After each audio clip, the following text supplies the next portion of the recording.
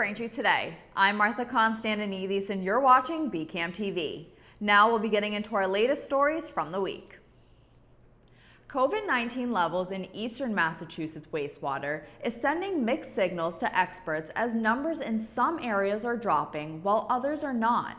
The 7-day average for virus levels in the wastewater began to decline, which is usually an encouraging sign that the pandemic may be weakening. But levels in the southern section remained essentially flat or unchanged, meaning that parts of the eastern region are still seeing significant COVID numbers. Officials say wastewater data can be an early warning signal detecting COVID-19 infections before people get tested or report their results. As more people are using rapid at-home tests, whose results are usually not reported to state public health officials, wastewater testing has become a key indicator of the virus's prevalence. On Wednesday, Moderna said its bivalent COVID-19 vaccine booster that targets the Omicron variant showed a stronger immune response against the variant. Bivalent boosters tackle two viral strains in the same vaccine. The updated booster contains the original vaccine and an added layer that targets the Omicron variant. The company said the vaccine was well tolerated and side effects were similar to booster doses of the current vaccine. Officials at Moderna said they are set to submit preliminary data and analysis to regulators so the booster will become available by late summer. The CDC has updated its map showing levels of COVID-19 transmission across Massachusetts, and the number of counties in the high-risk category has continued to drop. Only 5 counties, Barnstable, Franklin, Middlesex, Norfolk, and Suffolk, are still at the high-risk level. 2 weeks ago, 10 counties were at high risk, but 7 counties, Berkshire, Dukes, Essex, Hampden, Hampshire, Plymouth, and Worcester, have now been downgraded to the medium risk category. Bristol County is the lone county listed as low risk. The CDC says people in any of the counties highlighted in orange or high risk are recommended to wear masks indoors despite vaccination status. The state is still monitoring and reporting health trends. Yesterday, over 34,000 molecular tests were conducted and 1,780 new positive cases were reported. Currently, 567 people are hospitalized in Massachusetts and 53 are in the ICU. 16 new deaths were also reported. The town of Braintree also continues to monitor COVID data from the state. The town hall hasn't reported any new COVID-19 cases since May 23rd. The town hall website currently shows a total of 10,296 positive cases since the start of the pandemic. There have been no new fatalities reported in 3 weeks, keeping Braintree's total deaths at 137. Thanks for watching Braintree Today. We'll be right back with more after the break.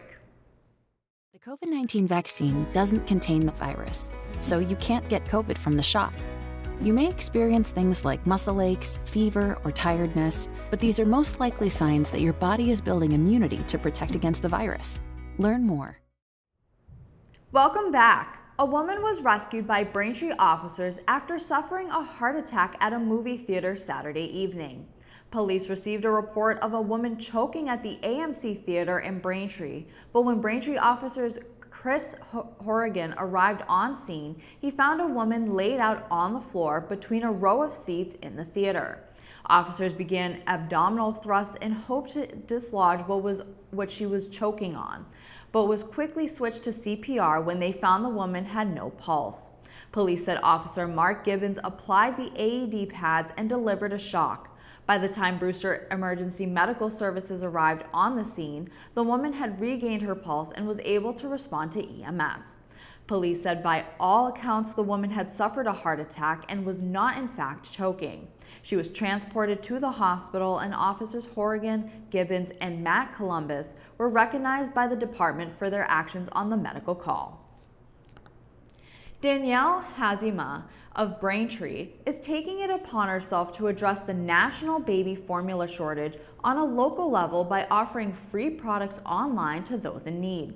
Hazima collects and saves spare change to spend on formula and then lists the supplies on various Facebook pages in order to provide to struggling families. The act of kindness comes amid a national shortage of baby formula in the United States, often attributed to the shutdown of Abbott's manufacturing plant in Michigan over concerns of bacterial contamination. That plant has since announced they will resume production this month, but it will take time before shelves in the stores are completely restocked with formula. The Planning Board has approved the proposed CVS pharmacy at Liberty and Grove Streets. The 13,200 square foot store would include a drive-through pharmacy window as well as a minute clinic. The new CVS would occupy the site of a long-closed gas station and would replace two current CVS locations. The CVS on Washington Street in South Braintree Square and the other a block away in a shopping center. Developer George Clements said construction would begin as soon as possible, and the estimated construction time is about 9 months. On Wednesday, May 31st, I had the chance to speak with Braintree Mayor Charles Kokoris on our new program, Face to Face with Mayor Kokoris. The mayor gave details on expansion of affordable housing in Braintree. Here's more from my talk with the mayor. Okay, so are there older 40B projects in the town of Braintree as well? Yes, and there's Reservoir Crossing, which is coming into Braintree on the Braintree-Randolph line that was built. It is a condo complex, and there's also 800 West Street, which is an apartment complex that is a 40B, which is once again it's right on the entrance of Braintree from Randolph, a different access point. And we also have, on the Weymouth end of Braintree, we have Turtle Crossing.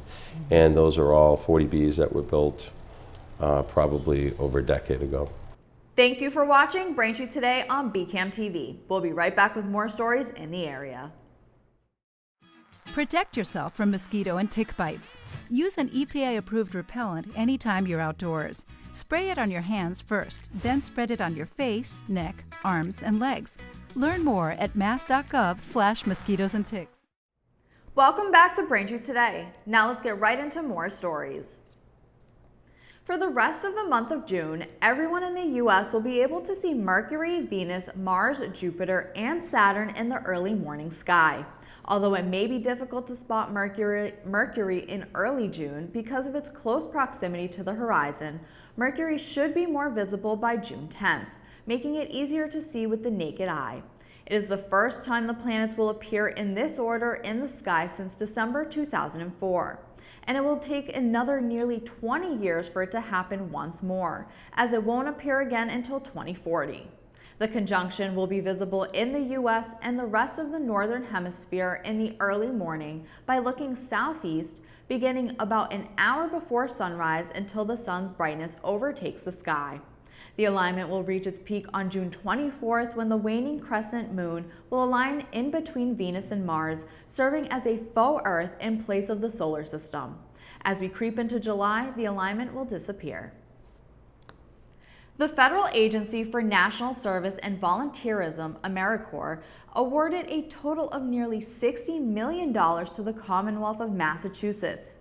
The funding will support 23 early childhood education, conservation, and housing programs across the state, and more than $3 million will go to the Massachusetts Service Alliance to help the group fund baby formula grants. Senator Edward Markey said, quote, "We can and we must continue to fight for a fair wage for Corps members who are doing critical work in their communities to respond to our major national and statewide challenges," end quote. The 2022 A Community Thrives program, a $2 million initiative created by the Gannett Foundation, will award grants to groups looking to improve their communities. Community Thrives will accept applications for organizations looking to bring awareness to a project that focuses on community building with an emphasis on affecting historically underserved individuals and groups. Director of the Gannett Foundation, Sue Madden, said the program offers not only grants but opportunities for organizations to extend their networks and deepen their donor base by creating connections with their consumers. Organizations can apply at acommunitythrives.mightycause.com/giving-events/act22/home. The fundraising phase of the program will take place from July 18th through August 12th, and recipients will be announced on October 5th. Last week, 35-year-old Stephanie Spacco of Quincy, a driver with special needs transportation company Mass Quality Ride, was arrested and charged with drug driving after she rear-ended another car on C Street and Southern Artery while taking a student to school. Officers responded to reports of an erratic driver crossing the double lanes near the area of C Street in Quincy. A caller told police she saw a child in the back and called them because they believed the driver was impaired. As they are telling the operator all of this, the caller said the erratic driver had rear-ended another car. After stopping Spacco, police said they performed field sobriety tests and she would lose her balance and stumble during the tests. Police said they found the muscle relaxer cyclobenzaprine hydrochloride on Spacco, as well as a bag of unidentified white powder, 2 pills, a vape, and Suboxone wrapper in the van. Spacco was charged with operating under the influence of drugs, reckless endangerment of a child, possession of a Class A drug, possession of a Class E drug, and reckless operation of a motor vehicle. Spacco was arraigned in Quincy District Court Thursday and released without bail on the condition she remained drug-free. The child was okay and no one was hurt. The month of June is Pride Month, which is held to commemorate the 1969 Stonewall riots in New York's Greenwich Village, when a police raid on a gay club was the turning point for the fight for gay rights. To celebrate, members of Weymouth High School's Human Rights Coalition painted stripes in front of the school Tuesday afternoon to welcome students and staff with a rainbow crosswalk. Members worked with administrators to get approval to paint the rainbow crosswalk to show support for members of the LGBTQ community. The Human Rights Coalition and the Black Student Union voted unanimously in support of adding the crosswalk, and more than 300 students signed a petition asking Superintendent Robert Wargo to approve the project. Wargo also approved hanging flags prominently outside each of Weymouth's 13 schools during Pride Month. The Weymouth Pride Project has several other things planned for Pride Month as well. The group is teaming up with Quid Creation for the second annual Pride event in Weymouth, Pride in the Park, a family-friendly event, which will be held from 11 a.m. to 1 p.m. on Monday, June 20th, the observed Juneteenth holiday in King Oak Hill Park. Thanks for watching Braintree Today. We'll be right back with more in entertainment. Mosquitoes are out. Protect yourself from mosquito bites and the illnesses they can cause, like Triple E and West Nile virus. When outdoors, use an EPA-approved repellent and wear protective clothing. Learn more at mass.gov/mosquitoes and ticks. Welcome back to Braintree Today. Now here are some new movie and binge-worthy show recommendations. First up is Jurassic World Dominion, the sequel to Jurassic World Fallen Kingdom, the 6th installment in the Jurassic Park franchise. After the destruction of Isla Nublar, dinosaurs now live alongside humans, causing a fragile balance which will reshape the future and determine whether human beings are to remain the apex predators. Jurassic World Dominion will be released in theaters on June 9th. Next up is Everything Everywhere All at Once, starring Michelle Yeoh, who plays the role of Evelyn, an unlikely hero who must channel her newfound powers when an interdimensional rupture unravels reality. Evelyn must save the world by exploring other universes, connecting with the lives she could have led in order to fight bizarre and bewildering dangers from the multiverse as the fate of the world rests in her hands. You can watch Everything Everywhere All at Once in theaters. And finally, if you haven't watched it yet, Stranger Things Season 4 was released on Netflix on May 27th. The series takes place in 1980s Indiana, following a group of young friends who witness supernatural forces and secret government exploits. As they search for answers, the children unravel a series of extraordinary mysteries.